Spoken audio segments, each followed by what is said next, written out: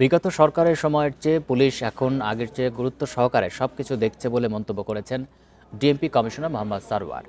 আর ঈদযাত্রা নির্বিঘ্ন করতে যে কোনো ধরনের অব্যবস্থাপনার বিরুদ্ধে কঠোর ব্যবস্থা গ্রহণ করা হবে বলে জানিয়েছেন পরিবহন মালিক শ্রমিক ঐক্য পরিষদের প্রধান সমন্বয়ক ও সংসদ সদস্য শামসুর রহমান শিমুল বিশ্বাস।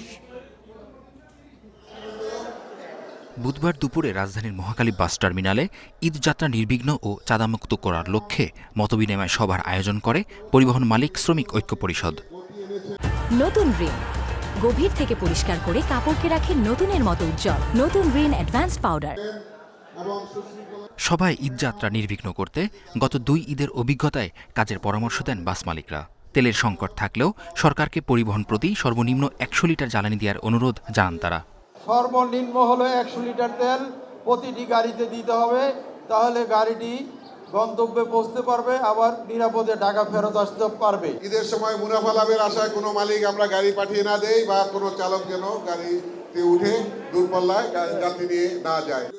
গত ঈদের চাইতে এবারের ঈদযাত্রা আরও বেশি ভালো হবার আশা প্রকাশ করেন ডিএমপি কমিশনার। পুলিশ প্রশাসন, র্যাব সহ অন্যান্য সংস্থা, বিশেষ করে 2 সিটি কর্পোরেশন, বিআরটিএ, তারপরে বিআরটিসি, রোডস অ্যান্ড হাইওয়ে সহ সকলে একযোগে কাজ করছি। আশা করি সবাই সমন্বয় করে কাজ করলে এই ঈদযাত্রা গত ঈদের চেয়ে আরও বেশি ভালো হবে, আরও ভালোভাবে, আরও দ্রুত আপনারা সবাই বাড়ি যেতে পারবেন। যে কোনো ধরনের অব্যবস্থাপনার জন্য দৃষ্টান্তমূলক ও তাৎক্ষণিক শাস্তি কার্যকর হলে ঈদযাত্রা নির্বিঘ্ন হবে বলে মনে করছে পরিবহন মালিক শ্রমিক ঐক্য পরিষদ।